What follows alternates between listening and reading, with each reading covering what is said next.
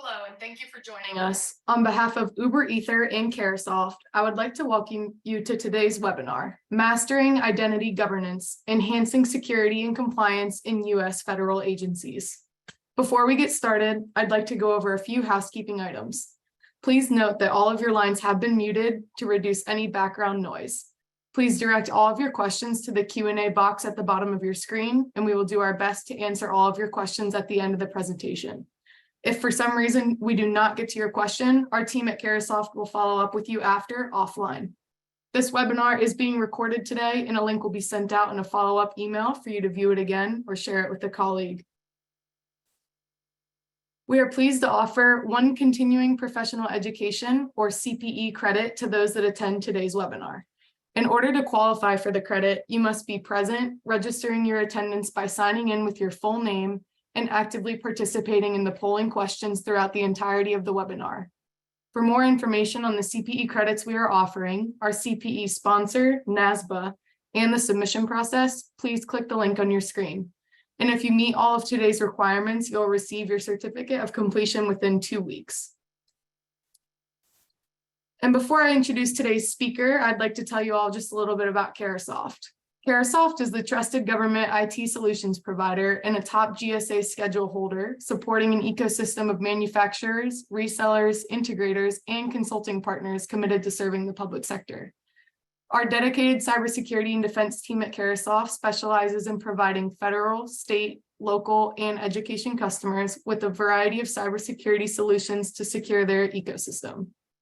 Our contact information will be at the end of today's presentation, so please don't hesitate to contact us for any of your needs.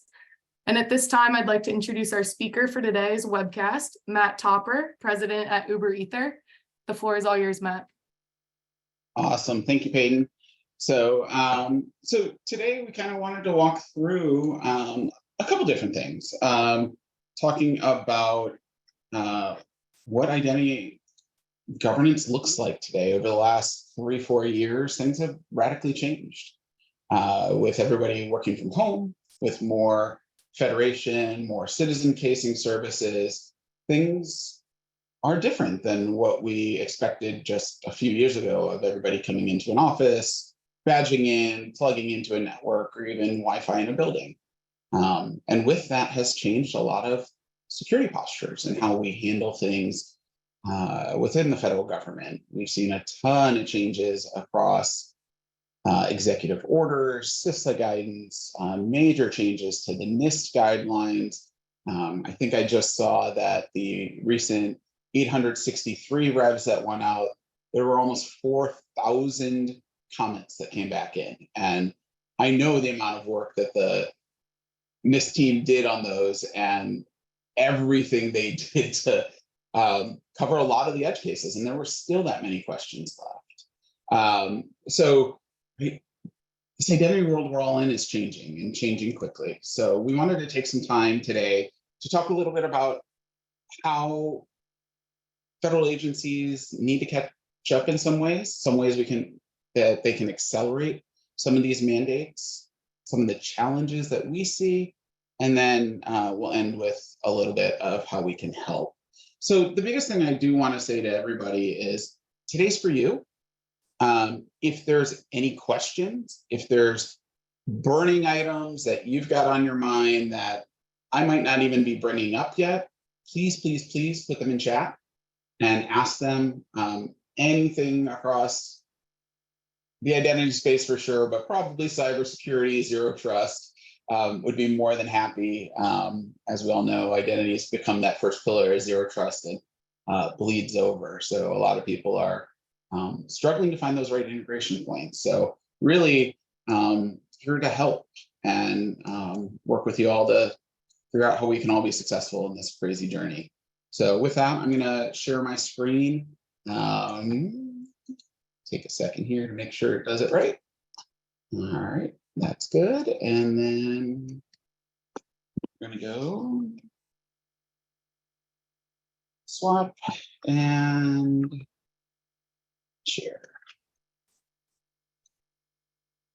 All right. So with that, the pretty title slide that we can all skip. So just a real quick about UberEther. So For over a decade now, we've been focusing on identity and access management across the federal government. Really, that is our core. We don't try and be everything to everyone. We don't try and integrate everything that anyone could ever want. Whether we really focus on the identity pillar of security and have built the solutions from the intelligence community on the top secret networks all the way down through the DoD and civilian side, and as well as some pretty large global consumer implementations as well. What we pride ourselves most on really is simple, repeatable, and automated. There is enough to do in identity management to solve the problems of our organizations, not having to wrestle with all of those pain points. So our whole goal is to make identity easy so that our customers can drive business value and solve problems rather than having to worry about the glue and the infrastructure to get it all working together. So as I said, simply put, we let people do more, faster, and securely. And I think at the end, you'll see some of the ways we do that. Too many things on here that I've done in my past, but like I said, over 100 enterprise implementations, 20 federal customers, or more than 20 federal customers, architect for lots of the big orgs, and ex-CISSP. I decided to let it lapse. So I have to take a test again.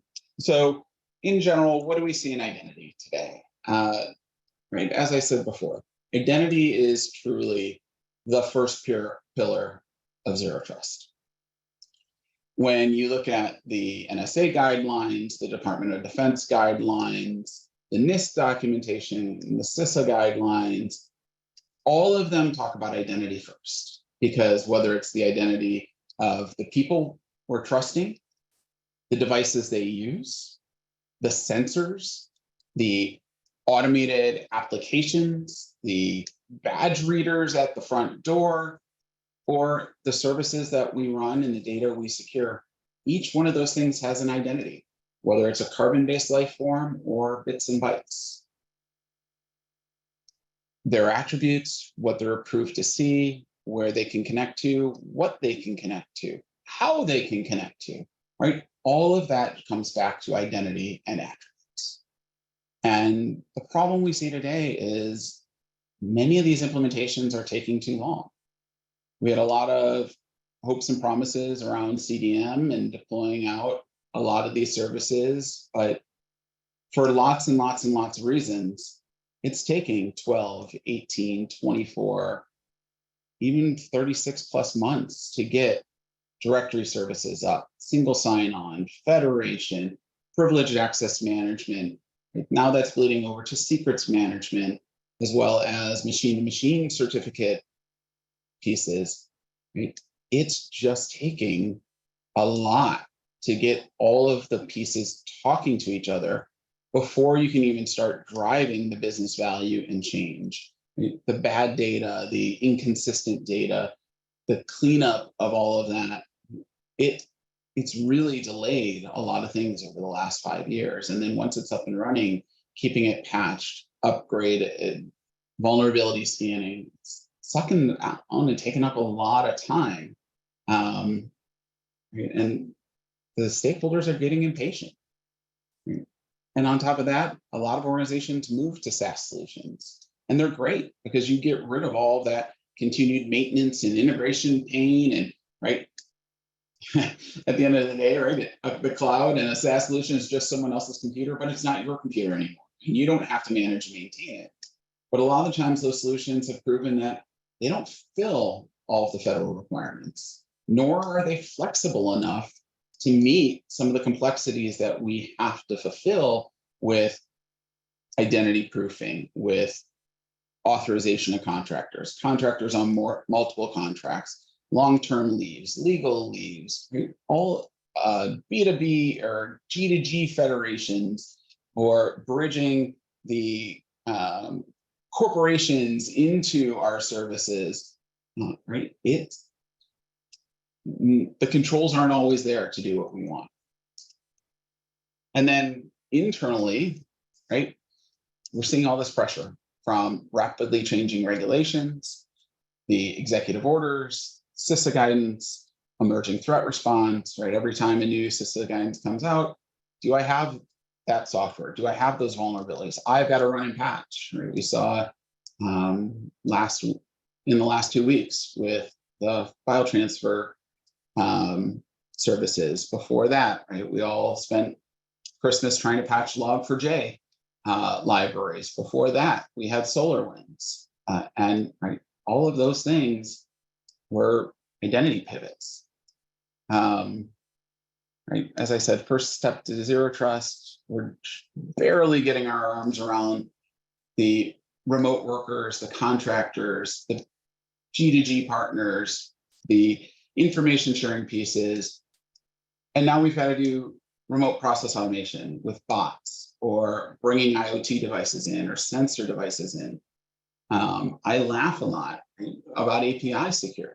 A lot of organizations are using an OAuth secret to give people access to those things. Well, an OAuth secret isn't really much better than a username and password or an API token. Right? As soon as you get that, you get access to the keys of the kingdom. It's actually in a lot of cases worse than a username and password because those APIs give you access to a lot more things, not just one person's thing. The same way with machine-to-machine, service accounts. How are you governing it? Is that thing allowed to be authorized? Hey, our contractors are rolling off, right? A lot of times we'll take away their PIV card, but they can call in and reset a username and password. Or, yeah, we took away their PIV, but yeah, we don't always update all of our OCSP, all of our CRL lists or OCSPs in time. And they're remote. We didn't really get it back. So we revoked it and, well, they still have access for weeks on end. And we're just hoping that we've got it all covered. And then enabling digital transformation, right? I don't think anyone's buying less SaaS products right now. FedRAMP just crossed 300 authorized providers, and everybody's looking to use more and more of them because we have to move faster. We have to be more agile to support the citizens in the civilian side, support right, FEMA for our response, support DoD for ongoing conflicts, and up and around the chain.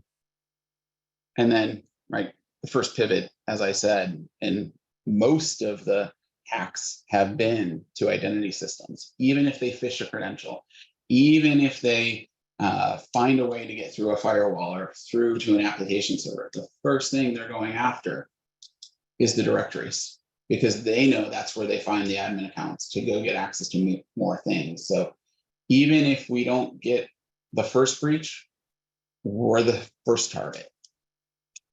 And then within all of our organizations, right, trying for more automation. All right, a lot of organizations have multiple cloud strategies now where you might be in Azure and GCP and Amazon, and you still have your on-premises data centers. All of those things, all of those automation scripts have secrets. They have identities. They a lot of times have long-lived username and passwords to log into boxes or to connect from the app server to the database that don't rotate, that can't be easily revoked. And we're being pushed and forced to fix and replace those things. We've got to onboard those things faster, be more innovative, be able to provide services across all of these pieces. We're drowning under the legacy of some of our on-premise or cloud solutions. That one of my challenges with a lot of the SaaS providers is moving from dev to test to production. There is no migration strategy. Their answer is you either have an administrator copy and paste configurations between the environments, which is right, error prone, right? We're all working from home, on calls, on Zoom, on everything all day long, and we can easily miss a step. And right, that's painful. Or they take the approach that everything's production, which we know is also not a good answer either. especially when we do have access to lots of sensitive information in these organizations, that you don't want to have a developer be able to hook up to your production workloads or have a simple misconfiguration where the SaaS provider is not giving you policies to better enforce those things.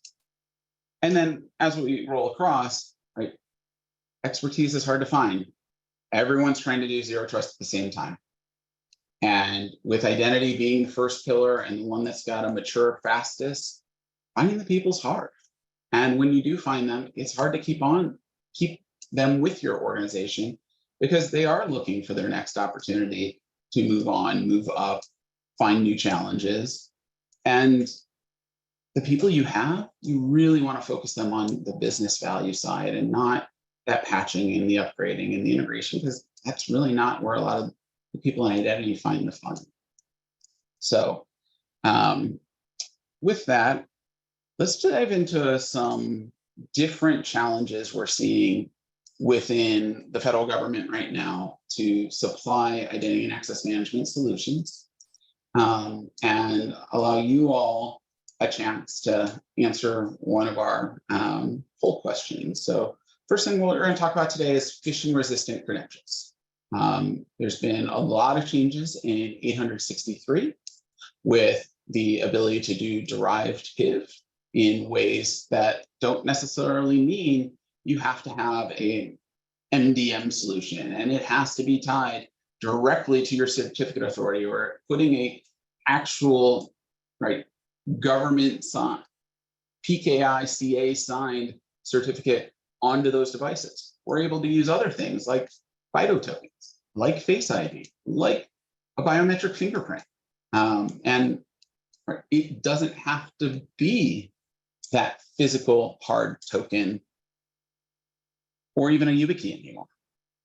So first poll question we have is, what are your organization's challenges in rolling out alternative MFA, non-PIV, non-CAC for your federal government employees and contractors?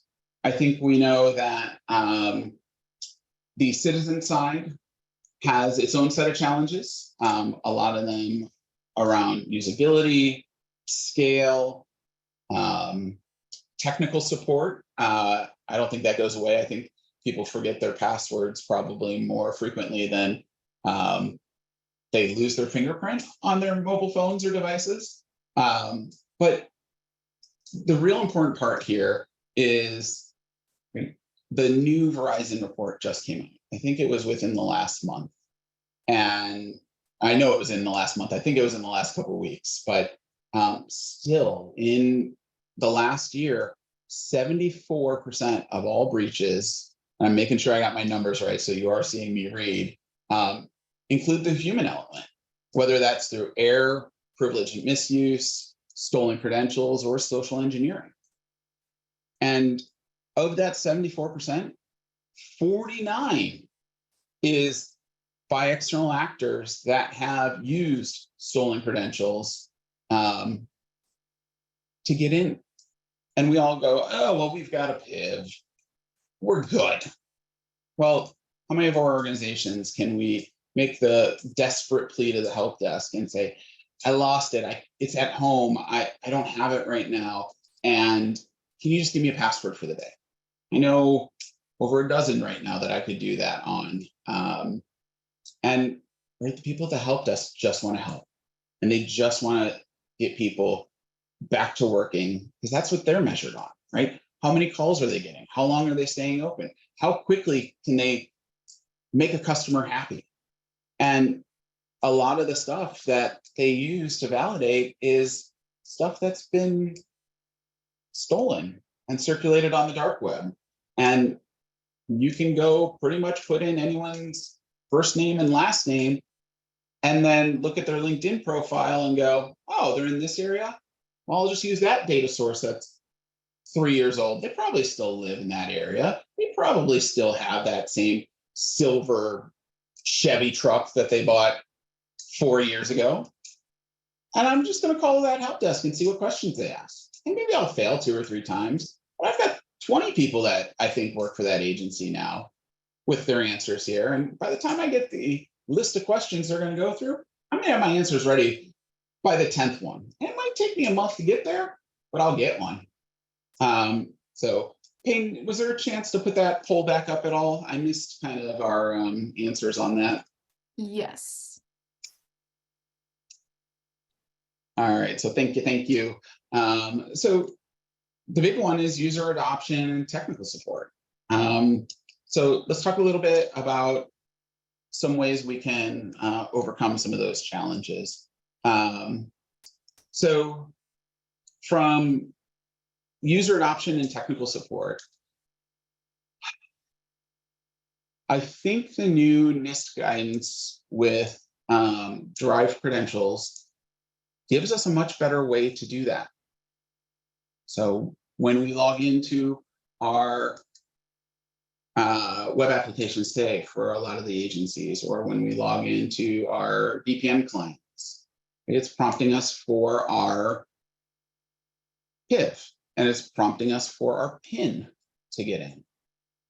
With the new derived guidance, we can immediately say, hey, it looks like you have a FIDO-enabled browser, or you have a specific iPhone with a set of known trusted secure elements on them that we can put a FIDO token and a PKI, not the same PKI we have on our certs, but another trusted certificate, and prompt users to register those things right away. And then they can do that across their mobile device. And then they can do that across their GFE laptop. And then based on that, we know based on the credential they're using, and we can enforce things like you need to put a pin on it.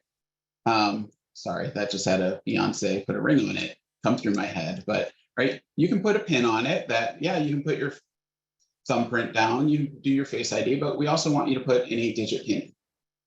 And that's built right into all of our browsers and our mobile devices today.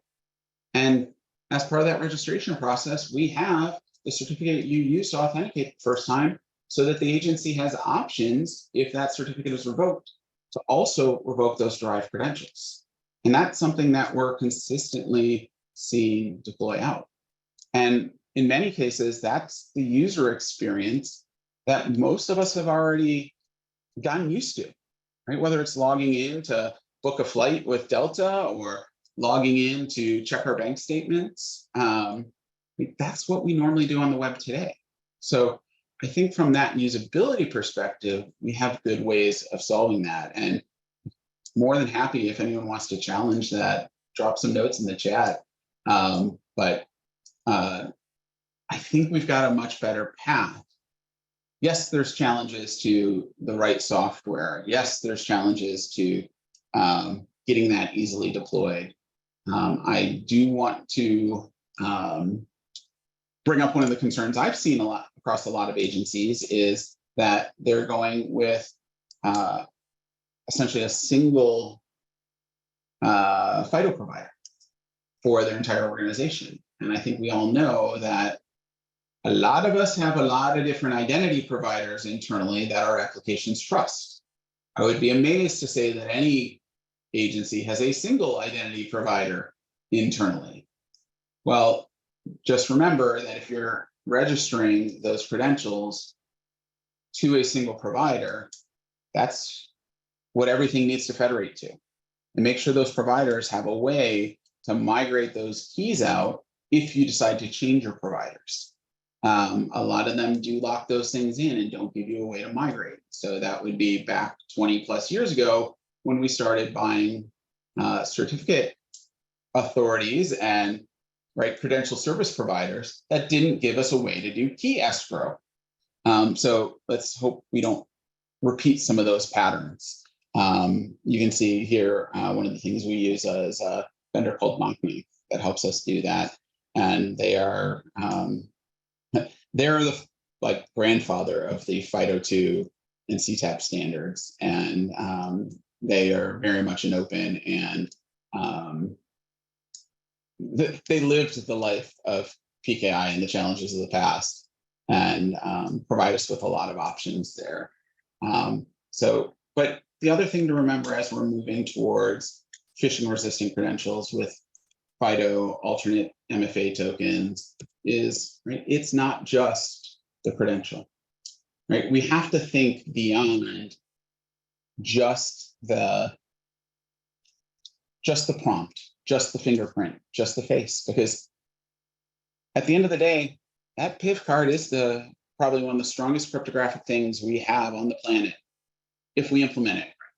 And moving to some of these other authenticators or options that we have for phishing resistance, we do make some compromises, and we need to augment those. And I personally think we should have been augmenting these things anyways as we've gone through over the last 20 years with additional rule sets and risks. So being able to do things like, hey, Matt's a Mac user, and he's always running the beta version because he wants to pre-test everything the customers are going to see. So if it's broken in the beta, he wants to make sure that UberEther is ready to know about it before it hits mainstream with the customers. So if you see Matt running Windows and coming in with, I won't even say Edge, right? Let's go all the way back to Internet Explorer, or maybe coming in with a Linux machine that doesn't even have a browser profile. Right? Those are the type of risks or the type of signals that should be built into your phishing resistant platforms. And being able to have people have multiple credentials and do self-service, so that if I do lose my phone, or I'm on vacation and my son dumps an entire glass of water across my keyboard, and I had to run to Best Buy to get a new one because I had to make that Zoom meeting that day. True story. The systems know about it, but it also gives me a way of saying, yep, this really is Matt. And maybe that is something like an out-of-band push, or,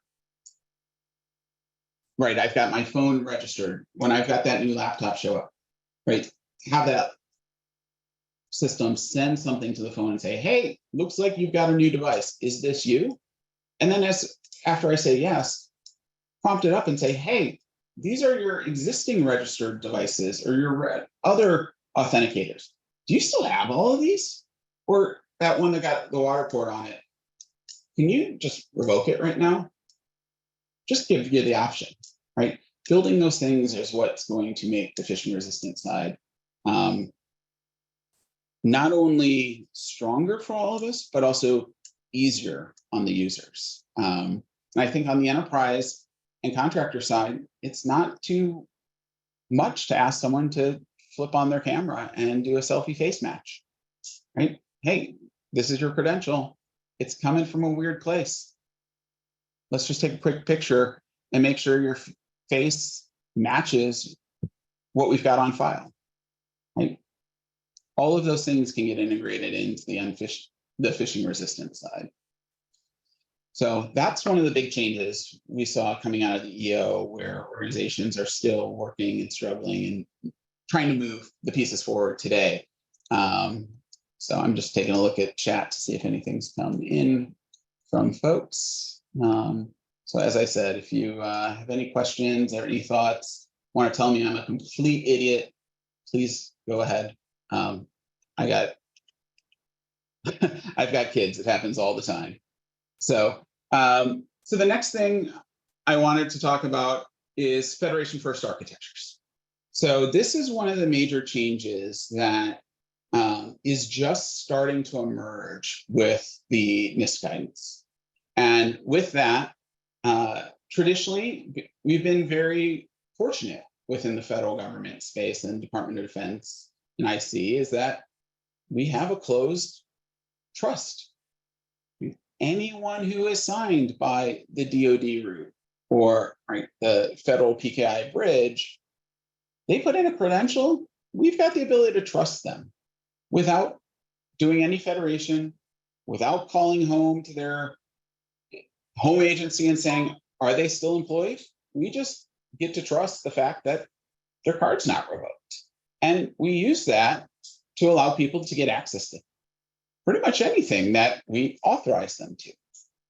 Well, that authorization with those PKI certificates that are on our PIVs and CACs are pretty lightweight.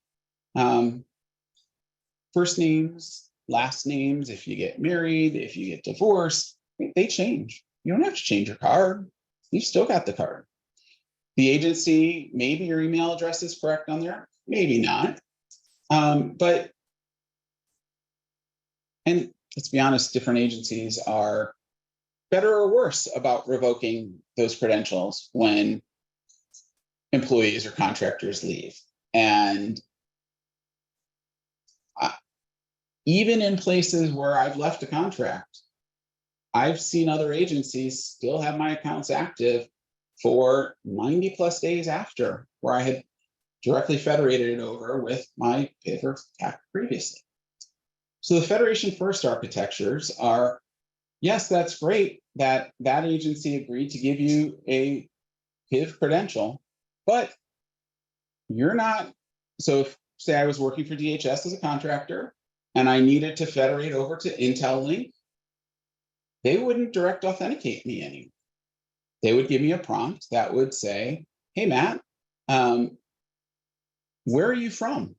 What agency are you representing today? And to be honest, I represent a lot of agencies, just depending on what contracts we're on. I could have a DoD CAC. I could have a DHS PIV. I could have a GSA PIV. And I can present all of those. But they want to know, who are you, moving forward, who are you representing for this set of transactions? And when that happens, instead of directly authenticating that credential of the card that's plugged into your machine, we're supposed to start sending them back home. So if I said, well, I'm matt.topper.ctr@dhs.gov, well then, Intel Link, send me back to DHS's IDP. And now it's up to DHS to determine, hey, is Matt still a contractor here? Is he still authorized to use and represent DHS? And then when I come back to Intel Link, it also gives DHS an ability to say a lot more attributes about me, and the latest attributes coming from their master user record. So if I got read onto a new contract, if I'm part of a special access program, right, that data all comes over live every time I log into the federated service. Right? That's mitigating a ton of risk. And honestly, the way we've been operating on the internet side for a long time, when we see the login with Facebook, the login with Google, the login with Yahoo button, right, same behaviors. So just like we asked about the phishing resistant credentials, Payne, if we could pop up question 2, what are your biggest challenges with identity federation between US government agencies? I think I know what the highest answer is going to be here, but I'm also the technical nerd that looks at things a little bit differently and will likely be pleasant, or so I won't say pleasantly, but surprised when the answers pop up. So our team members have built probably the largest federation in the world. There's over 7,000 organizations that work together every single day. And I am surprised, but not. And maybe some of the bleed over of what I'm about to talk about is between what I thought would be trust and governance and the cost and complexity side. So let's dive into that a little bit. So the federation I was talking about is something called EduGain. And globally, if I'm a student enrolled at a higher education university, whether that's here in the States or I'm study abroad over in Europe, or I'm moving in another country in Africa is where I'm going to school. If my university is a member of the EduGain Federation, which there's a series of sub-federations, just like we have different federal government routes, depending on who you come from, right? that all gets managed and governed. And they've agreed of what does a student profile look like? What does a research scientist profile look like? What does a nuclear physicist candidate look like? If I'm in healthcare and I'm working on a grant with NIH, I have to use MFA at my university. I can't just use a username and password. And that MFA has to be an AAL level 2. But over 7,000 universities globally, I can take that email address, walk on to any campus, and get free Wi-Fi in something that federates home through standard SAML integrations to my home university. And they said, yep, Matt's an enrolled student. And then I can walk into that library and check out a book and read that book and go sit on a lawn in right next to the Colosseum in Italy if I want to. But that federation works globally. And they've agreed on what the entity categories are and what the attributes they're sharing are and what the agreed upon values are. And this is global with all kinds of languages, all kinds of challenges that way, but they've worked it out.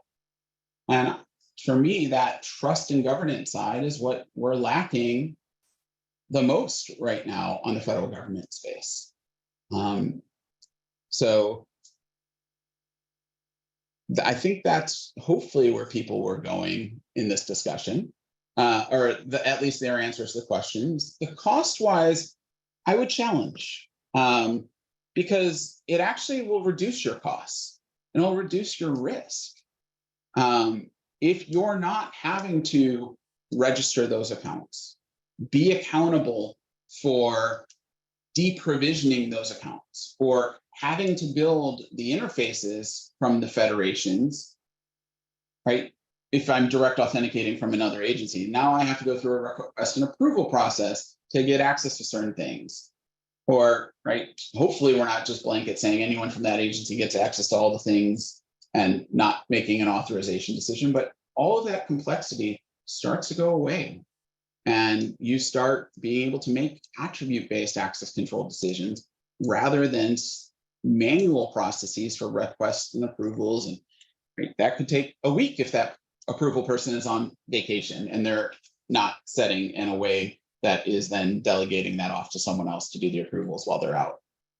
So I would challenge that. And then cost-wise, if you have an enterprise IDP built in the last decade, heck, the last 20 years, I guarantee you've got SAML support.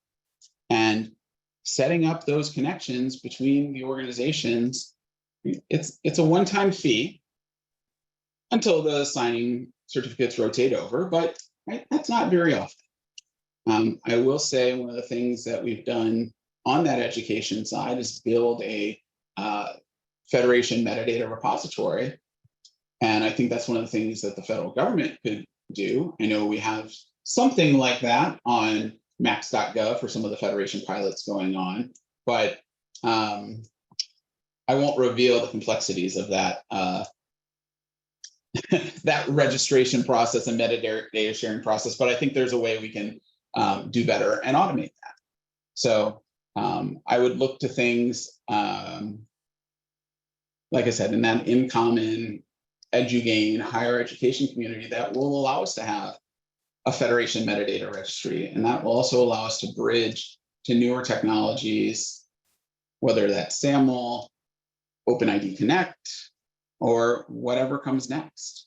So the other thing I wanted to talk about here was the modern login experience. So just real quick, this is a change from what we see at a lot of government agencies today. And, but again, it's a pattern that we've seen on the web for a long time. But if you are going through redoing your login experience, I would suggest that you kind of take this approach with your, as you're doing these designs. So what we see now, and really, it was Google that piloted this change about, I want to say 5 years ago at this point, was that instead of just prompting someone immediately for a username and password, or a click here to log in with your PIV, you just change that box to say, enter your email address. And then based on, and right, I know we all talk about, oh, email's not a good unique identifier on a person. It's can have challenges if they get married, if that changes, blah, blah, blah, blah, blah.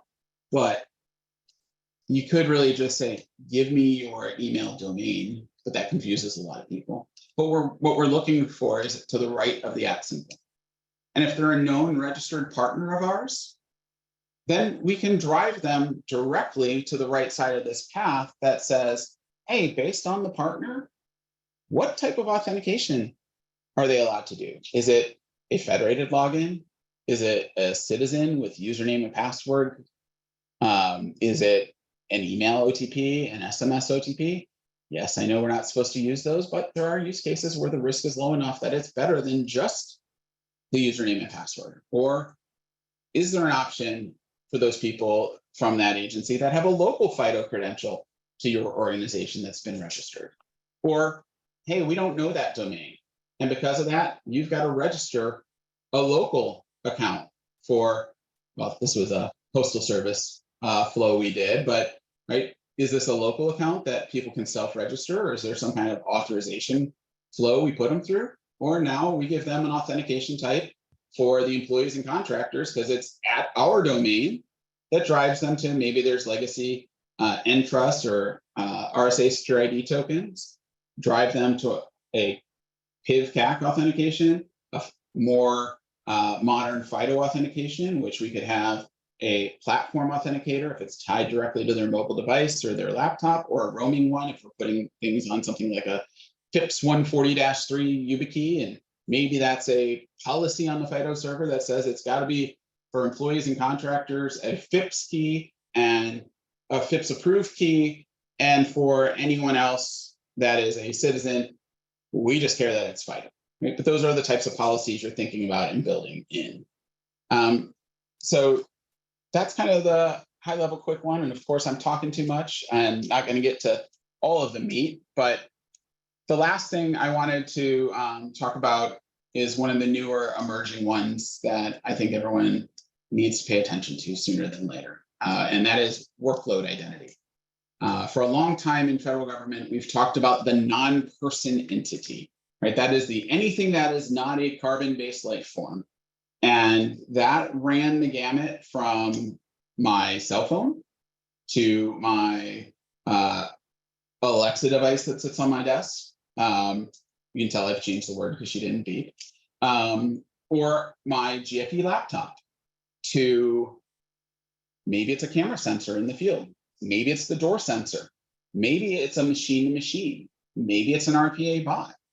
But I think a lot of the focus previously has been more on those mobile devices when we talk about NPEs. And we've left the workload, our service-to-service communication, our API communications, a lot more vulnerable than they should be, and built in a way that, well, you're within our data center, so it's fine.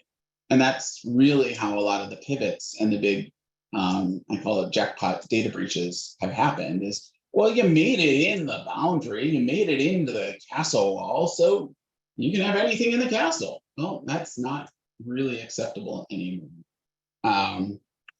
So with that, kind of just wanted to ask the question, what are your biggest challenges implementing workload identities in the federal government? And as we're popping that up and getting some answers in, just as a review, right, we've got human identities on the left.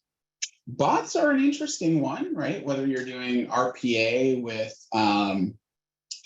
something like UiPath or Blue Prism, or you're doing CI/CD workload processes that are building your containers or building your software before they're being put into service, because they're tied to humans in many cases. They're authorized like humans to do a job that's for a short amount of time. And then Yeah, I like this answer because governance and management is what I think is the biggest pain, and not a lot of good solutions on it right at the moment. But right, those then turn into your traditional workloads. What I challenge people is take a look a lot at some of the service mesh architectures. A lot, and whether that's in fancy Kubernetes with containers or Docker, or that is your traditional, hey, we've got that machine in the rack and traffic goes in and out, and that's been running that workload for the last 10 years. We have better ways to wrap those with mutual TLS certificates that we can revoke. And those certificates automatically rotate every 45 minutes, every hour, or 4 hours, every 24 hours. And they are ephemeral in that if we have to change them, if we have to give them different permissions, if we have to give them different ACLs to approve them to talk to other workloads, apps, services, containers, as we roll all of this fun out, it's decoupled from our applications.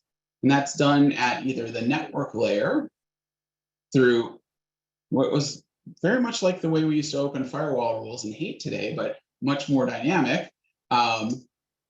Or the firewalls have just fallen apart and we've whitelisted 443 for everything, which is a lot of the cases. Or they ride at the layer 7 that can also help us bring the user identity into them and then locally assert. So Payne, if you can throw up those answers again. So yeah, from the governance and management side, there are in your existing identity governance tools, whether you're using something like a SailPoint or a MIM or NetIQ or even the legacy, you can manage a lot of these services in very much the same ways you do humans and just turn them on their sides a little bit and then automate those things into your privileged access management vaults or into your secret stores and get a lot of value there and reduce your overall organizational risk.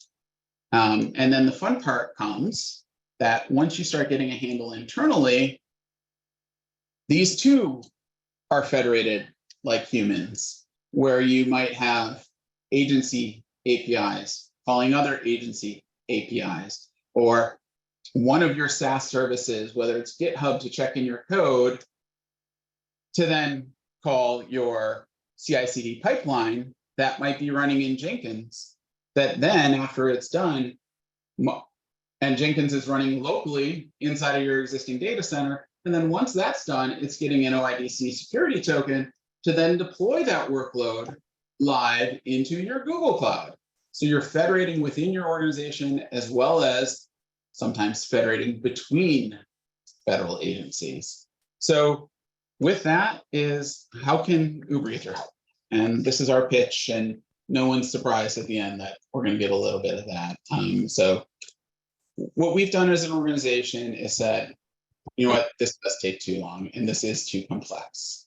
So let's build a best of breed identity and access management solution that can run in any cloud, right? So we're not tied to a single cloud provider. We did start with AWS as our first, but can also run on premises or can run disconnected. So if you have emergency services and you have no guarantee that there is an internet connection, you can take a jump box with you and stand that up in field and register people with strong credentials when they show up to come help as services are coming back online. Or if you're in the DoD, the DDIL tactical environments, that you have the same identity and access management standards, protocols, and interfaces from all the way down to from the squad all the way up to the enterprise. So with that, we built up to FedRAMP high and up to DoD impact level 5 boundary. And I say it that way because some organizations, all you need is moderate. And you don't need to go through those additional high controls for your consumer use case or the impact level 5 controls in DoD. You want to have that as internet facing at an IL2.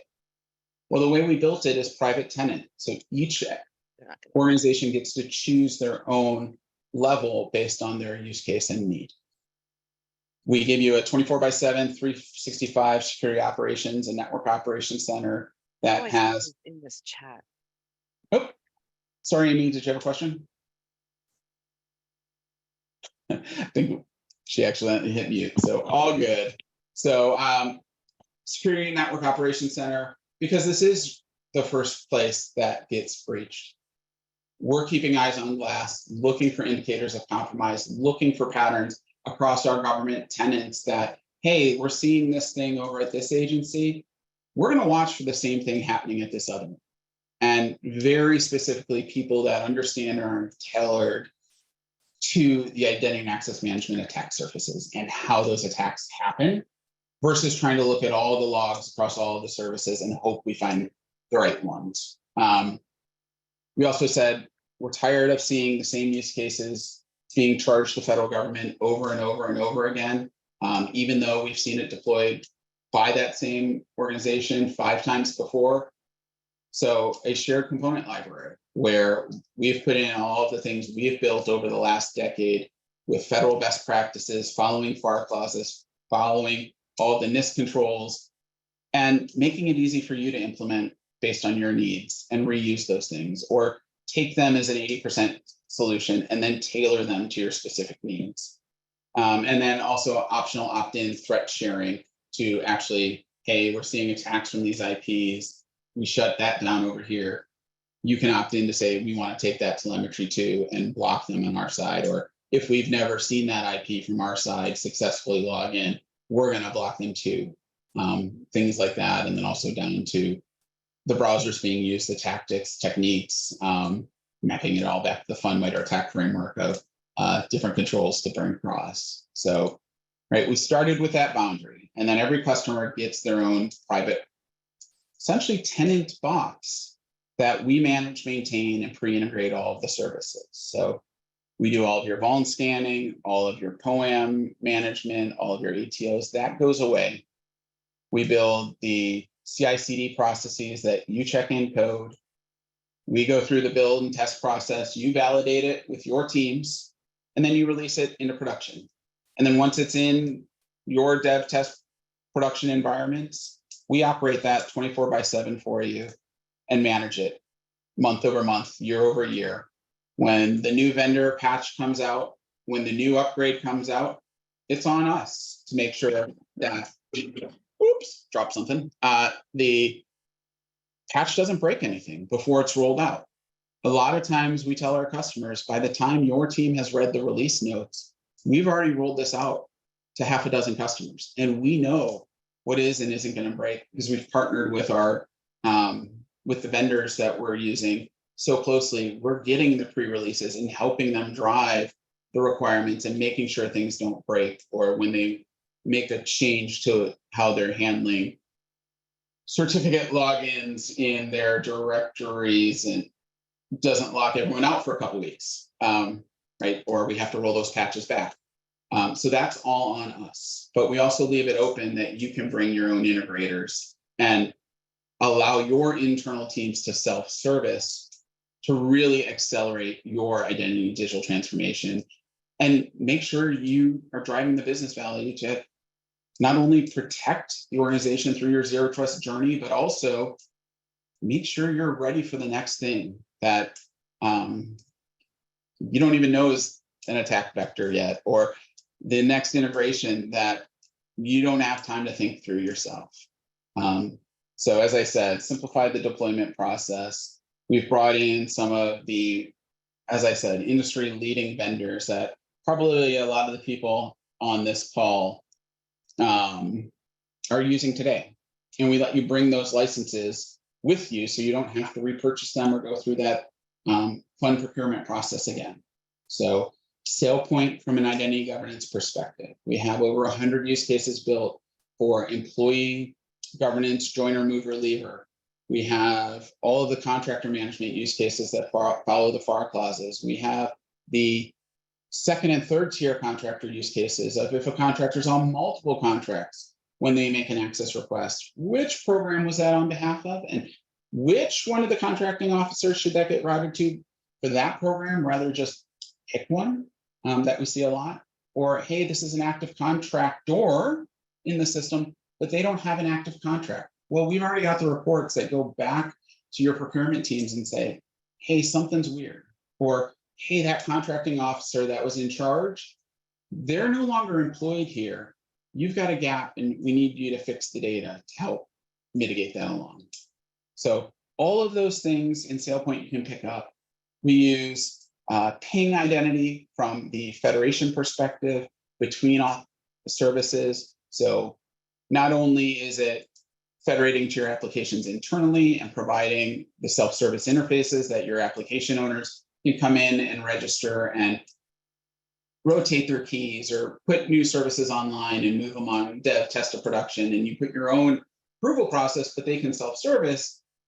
Also automatically putting in the PKI bridge certificates, so you can directly authenticate, and it's up to us to manage and maintain and watch for when the new ones come out and push those through. Same thing on the federation side. Everyone that's with us can opt in as part of that opt-in part of the platform. And when they're refreshing their metadata or changing their signing certificates, because maybe they did have something go on, or maybe they're making a migration to a new version, we're going to manage those changes of those certificates. Or, hey, this is coming, it's staged, it's your chance, you need to approve it, but you're reducing all that coordination risk and a lot of times late night phone calls when you're trying to find that window when the least number of people are using it. With that, we also add knock knock for the FIDO authentication side, which goes back to that phishing resistant credentials. That allows us to do derived PIV, so authenticate initially with ping, with that integrated federal bridge, or federated back from the other agencies. Maybe you need to have a local FIDO credential created. Maybe you need a allow them to register a new device, right? That's all built into knock knock today. And then as new FIPS 140-3 authenticators are approved, we go ahead and add those, or at least alert you that they're available to be added, depending on what your policy is, so that you don't have to continuously go check the NIST guidance and updates. And then privilege access management with CyberArk. So whether that's secrets and certificate rotation from a Kubernetes service to service perspective, the usernames and passwords from your application servers to access your databases, or your privileged administrators SSHing and RDPing into boxes, all those capabilities are handled. And then all that's wrapped up together with Radiant Logic to bring all of this data together from disparate sources very, very quickly. So, and then on top of it, a whole set of dashboards and analytics tools of every log action, every audit action, whether it's from the administrative sides or the end users, that are available in dashboards for querying by your teams, but all of that is also written out into a shared bucket that your internal SOC teams and NOC teams can pick up to have that confidence, as well as that telemetry as people move back to internal apps. So just real quick, we'll skip the value defined, but again, FedRAMP high, up to FedRAMP high already, up to DoD impact level 5, and then really open visibility. So we don't hide anything, everything that happens in the system, you get to see. We really truly believe in full transparency with our customers because it's too important to do things otherwise. And then just a little bit of our proof points. I think the big things here are towards the end. We tend to onboard very large organizations very quickly. We onboarded a large DoD agency, their user bases within 2 days. Within the first week, we were showing production, joiner, mover, leaver use cases with employees and contractors. We took 18 months off their deployment schedule. Another customer, we cut 1/3 of their implementation costs off. And then this is the one that we consistently hear at the end is the hardest part is convincing the senior leadership that it's real and it's not a demo and it's actually running this quickly with your real data and showing value. Because most of the senior execs are used to, hey, we bought this and don't even plan to see something for 6 to 12 to 18 months. And we're coming back within weeks, really changing the way organizations are able to secure themselves. So with that, I'll throw this up, shut up, and look if we've got any questions. Thanks again, Matt. No questions at this time, and we're at the top of the hour, but if you would like to submit one, please go ahead and look to that Q&A pod and go ahead and put that in.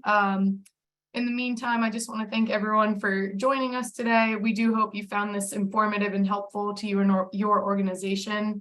At the end of the webinar, please do take a moment to answer the questions that will pop up on your browser after the webinar. We really appreciate your feedback.